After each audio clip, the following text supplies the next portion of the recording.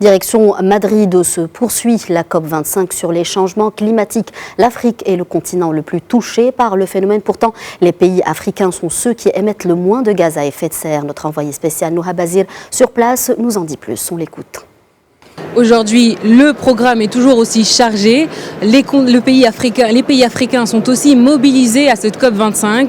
Je rappelle que l'Afrique est le continent qui émet le moins de gaz à effet de serre, mais c'est aussi paradoxalement le continent qui est le plus touché par les effets du changement climatique. Un des pays qui est aujourd'hui doté du deuxième poumon, le plus grand poumon écologique du monde, est la République démocratique du Congo. Ce pays est doté de 155 millions d'hectares de forêt. Je me trouve auprès de monsieur Claude Nyamugabo, ministre de l'Environnement et du Développement durable. Monsieur Nyamugabo, bonjour. Bonjour madame. Alors, quelles sont les initiatives prises aujourd'hui pour sauver le bassin du Congo durant cette COP25? Oui, je voudrais souligner que la République démocratique du Congo, à elle seule, a mis 155 millions d'hectares de forêt. Et à ce titre, la RDC est le deuxième poumon du monde après l'Amazonie au Brésil. Et à ce titre, nous avons pris des initiatives pour sauver notre forêt. Et sauver cette forêt ira également avec lutter contre la pauvreté. Parce que ceux qui coupent la forêt ne les font pas à cœur joie. C'est parce que la forêt est une survie pour eux. Et donc, pour nous, lutter contre la déforestation devra désormais rimer avec lutter contre la pauvreté. Et nous sommes venus à la COP25 pour le dire encore aux partenaires. Nous prenons les dispositions pour que la République démocratique du Congo, avec ses forêts, avec ses tourbières, continue à jouer son rôle de deuxième poumon du monde, mais nous exigeons également que la République démocratique du Congo reçoive un juste retour de ce grand rôle qu'il joue pour préserver toute la planète.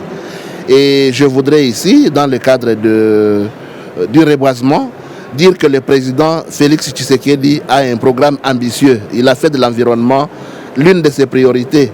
Et pour prêcher par l'exemple, il a initié un projet que nous appelons en République démocratique du Congo Jardin scolaire, 1 milliard d'arbres à l'horizon 2023. Le président Tshisekedi ambitionne donc de planter pendant son quinquennat 200 millions d'arbres. Jusqu'en 2023, nous aurons atteint 1 milliard d'arbres. Et la semaine passée, le 6 décembre, nous avons commémoré en RDC la journée de l'arbre. Le 6 décembre en République démocratique du Congo, c'est la journée nationale de l'arbre. Et nous voulons que ce projet d'1 milliard d'arbres passe par la jeunesse.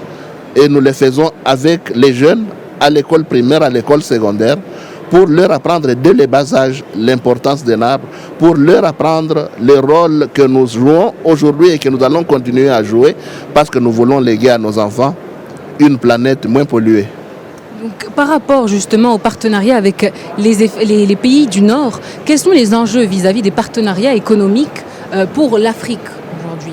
Oui, les partenariats que nous voulons, c'est que nous voulons que l'article 6 de l'accord de Paris soit rapidement mis en œuvre pour nous permettre de vendre, d'être sur le marché du carbone et donc de gagner de l'argent pour permettre à nos pays respectifs de lutter contre la pauvreté.